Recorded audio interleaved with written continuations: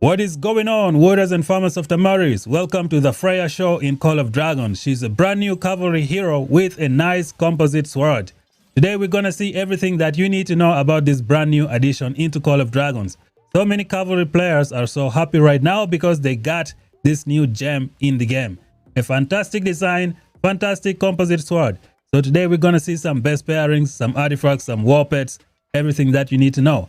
Like, share, subscribe, leave some comments down below. Let's get right into it. Alright, warriors of Tamaris, it is a brand new day in Call of Dragons and we have got ourselves a brand new fantastic cavalry hero who is going to do some crazy stuff in open field PvP. A fantastic design with lots and lots of good stuff. So we're gonna see what is so good about this brand new addition into Call of Dragons. She's going to be kicking butt and taking names. Let us go through the skills and see her capabilities. Now the attack range is mid-range, which means this hero is going to work with elk riders. Now the devs are doing a very good job of confusing people in Call of Dragons. So take a look at this, guys. We got attack range, mid-range. So this is cavalry. Now let's check out the archers. So FREYA is an archer hero. We click on her skills and it says medium. Can you guys explain to me what's the difference between medium and mid-range? Is it not the same thing? Let me know down below, guys. So let us go back to FREYA in Call of Dragons, see what her skills is all about. Now it says deals physical damage 4 times to the target legion, damage factor 500 each time. So the good thing is everything is gonna happen within the same second, and she inflicts apprehension, deals 10% less damage to this legion for 5 seconds. So this 10% less damage is going to apply to this legion. She will take 10% less damage. Now each instance of damage has a 75% chance to deal extra physical damage to another nearby enemy legion. So now if there are many people in front of you, you should be able to do some AoE damage as well. So this hero is going to be brilliant for the PvP. 2000 damage factor when you add all of them, plus this one is going to be extra on the side. Absolutely fantastic. Keeping it pushing, we go on to skill number 2. It says Legion cavalry units gain 10% defense and 30% hero skill damage.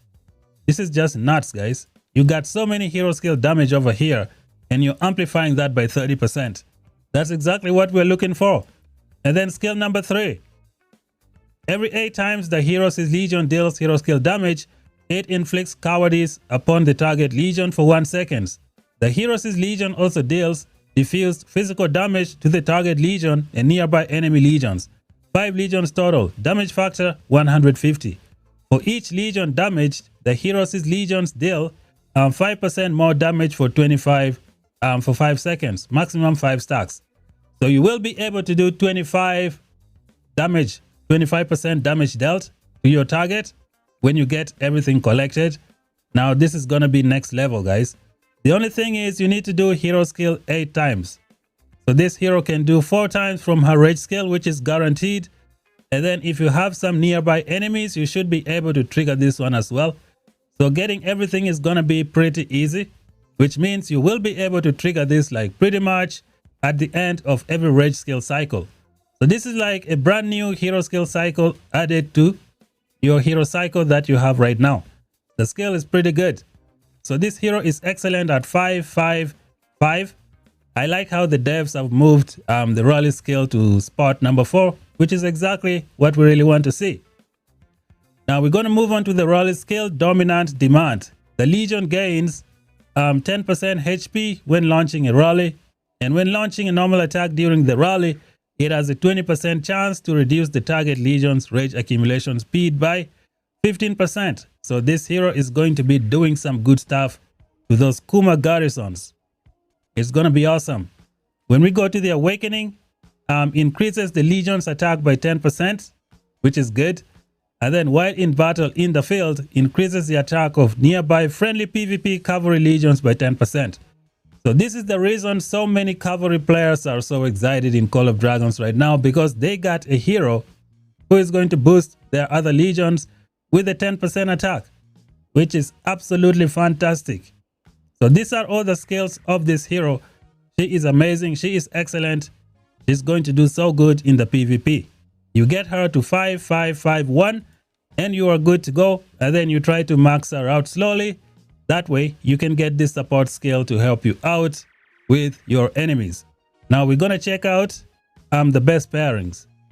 Freya can pair very well with so many heroes in Call of Dragons, but the first one that comes to mind is going to be Agnar. Agnar was designed to work with Freya. Agnar's got crazy rage skill and he's got a good second skill that's going to give him multiple hero skill damages to work well with Freya and trigger skill number 3, known as the Frenzied Blade. You need to keep this with every single rage skill, that way you can do a lot of damage to multiple targets nearby. So these two heroes are going to be the best pairings together.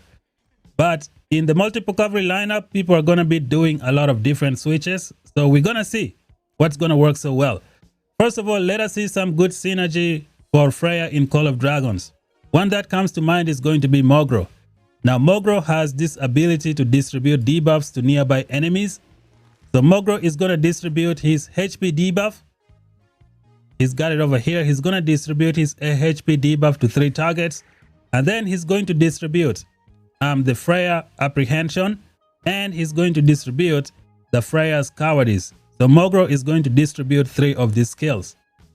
And the good thing with Mogro is that he can do hero skill damage 3 times on the same target, which means you don't need multiple enemies in front of you to get all the 8 instances of hero skill damage, because Mogro has another skill damage on his awakening known as Brand of Sacred Might.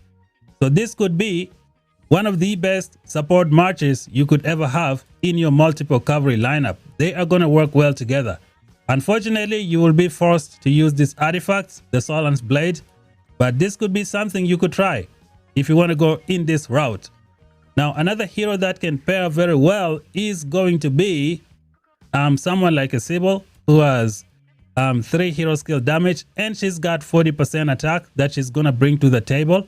If you look over here, Sybil, skill number 4, plus 40% attack. I think this could work, but it's going to lack some defense and not really recommended so much, but it's pretty decent.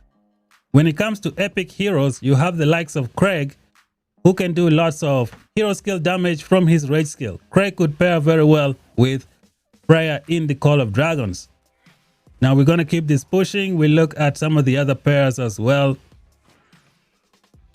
We got someone like Falgrim who can bring in like a double hero skill damage. So this is going to be pretty good. Who else can we check out from here? Someone with multiple hero skill damages. And you got Mr. Goresh. Now, this is not a recommended pairing, but it's an idea. It is out there if you want to try it out. Goresh Ruthless skill is going to give Freya the stacks that she needs almost every second, which means every second you might have the chance to trigger skill number 3 for Freya. Now, this is going to be disgusting if this can work in open field PvP, but I'm not sure if that's going to be the case. And the good thing is that Goresh is going to trigger the Bullion Beast almost every single second when someone is attacking you. So this is something that you can try if you want to put Goresh with Freya. Now, when it comes to multiple cavalry lineup, there are many places that you can put Freya. As of right now, she is still new in the game and we don't know where she's going to be fitting the best to make your multiple cavalry lineup very, very strong. Because you can have Freya and this guy together and then use the Solan's Blade. That is one option. You can have Freya with Theodore, who is going to bring 10% march speed. That is another option. You can have Freya with Falgrim, who is going to bring another 10% march speed. That is another option. You can put Freya behind Forondil because they got the double cowardice. They got lots of debuffs. You can use either the Berserk Phaedric or you can use the Bullion Beast. It's going to be up to you. Now you have a lot of options here. You can also use the Forondil artifact, which should work well with them, but people like to use Lunaris, which is a pretty good option. You can also put Freya behind Urag, but unfortunately there is not going to be a lot of synergy with the Bullion Beast, especially if there is only one enemy in front of you. So this could be one of the only downside, but you could change the pet and put something else and you eliminate that problem. You can also put Freya with the likes of Naya, but I don't know if you want to split Naya from Lieshan Yen. Now you got plenty and plenty of options to try. One last thing we can discuss in terms of pairing is going to be related to the most hated faction in Call of Dragons, which is the Spring Wardens. Now in the Spring Wardens, you have the Forest Eagles, who are a flying unit type, which means you could have different options with your multiple cavalry marches. So the first one that comes to mind is going to be Bahorn. You could go FREYA with Bahorn and the Eagles. Now you're going to get 20% march speed and eliminate the march speed problem from your lineup. You also have the likes of Thea, who can bring some attack. She can bring a shield. I don't know if Thea is going to be a good option behind this hero. She doesn't have any hero skill damage factor, but she can give you the 20% march speed and she's got a lot of attack. Who knows? It could be a good lineup. It could be a good support lineup because Thea is going to bring a shield to one of your other legions. So you never know, guys. This could be something. I'm not saying it's one of the best, but it's for the Forest Eagles, allowing you to get that march speed without struggling a lot. Now, who else has a good march speed on their trees? Now, I can't think of any. Musian can also be a good pairing because she hit 3 targets. If you have multiple enemies in front, then you should be able to use the hero more effectively. What about Sable? This hero right here, Ruby. Ruby got some triple AoE hero skill as well. Could be a good option to use with the hero. You never know. So these are the pairings that I can think of for Mrs. Ruby in Call of Dragons.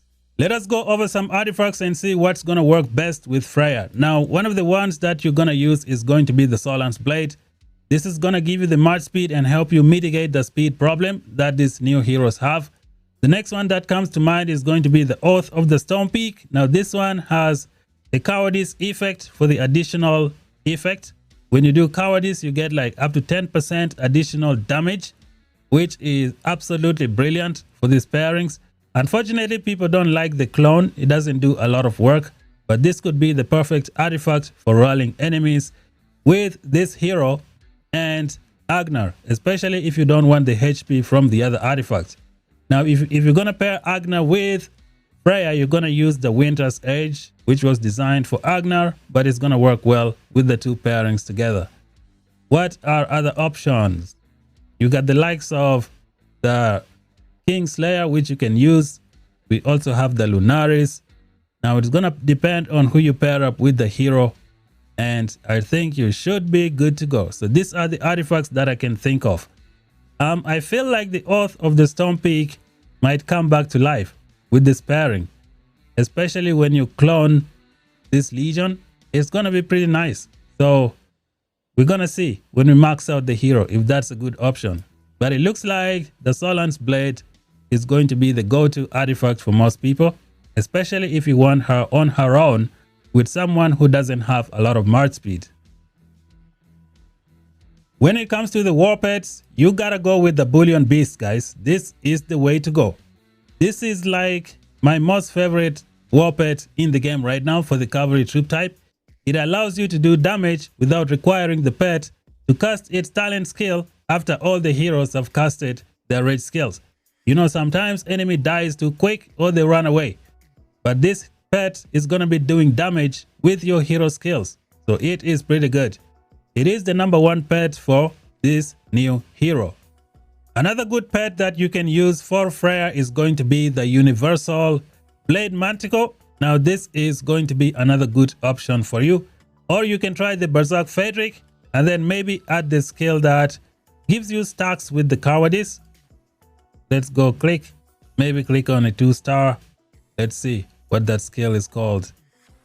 Is it the Intense Arrogance? We got Advanced Arrogance. This is damage dealt. And this is Arrogance.